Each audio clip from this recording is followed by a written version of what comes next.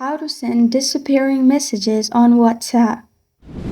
Hi everyone, I'm here to assist you today without any delay. Let's jump right in. First, open WhatsApp. Click on three dots at the top right corner of your screen. Then you will find all these options. Click on Settings at the bottom. Then click on Privacy. In Privacy, scroll down and then click on Default Message Timer. After you click on it, select which one you want, 24 hours, 7 days, or 90 days. It's Start New Chat with a Disappearing Message Timer set. After that, go back to the chat. Click on the chat where you want to send disappearing message. Click on the top. Then in here, you'll find disappearing messages. Click on disappearing messages.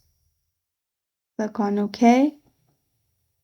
And then set message timer as if you add 24, your message will be deleted after 24 hours.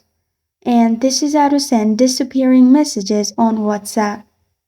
Thank you for joining me today. If this video helps you out, please leave a like and subscribe for more. Got a question or wants a suggested topic? Comment below. Thank you for watching.